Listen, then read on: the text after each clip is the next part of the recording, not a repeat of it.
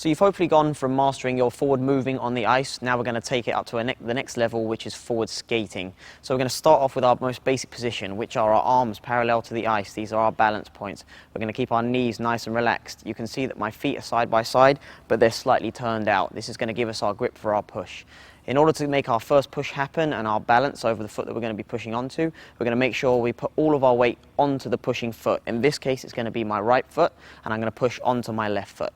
Things you want to really concentrate on when you're doing your first push are making sure, as I mentioned, you're going to have all of your weight starting off on your right foot, but as you push into it, you're going to have to transfer your weight onto the foot that you're going to be standing on. If you leave your weight back on the foot over here and you push forward on that foot, you're going to be leaning back and you won't go forward. You're going to get stuck there. So make sure you transfer all of your weight onto the front foot. So we've looked at going in with one push. Now we're going to start putting some pushes together in consecutive order. So again, we've gone onto our first foot and done our first push. We've transferred all of our weight over it. Next thing you have to is really important and concentrate on is bringing those feet back together before you start your next push.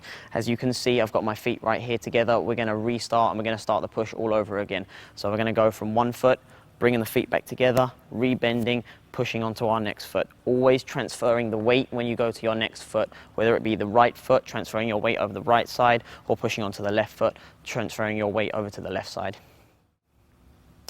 All right, so we're going to look at some common mistakes. These are things you really want to try and avoid. You've got to make sure you keep your shoulders level at all times. Next thing you want to make sure you do is, again, as I've mentioned a few times in this video, transferring your weight. I've seen it many times where people try and push and they leave their weight on the back foot that they've pushed with. Therefore, they're completely off balance and they're leaning back. You're not going to transfer your weight forward and you're not going to move forward like that. So you want to make sure you always push your weight onto the foot that you're pushing onto.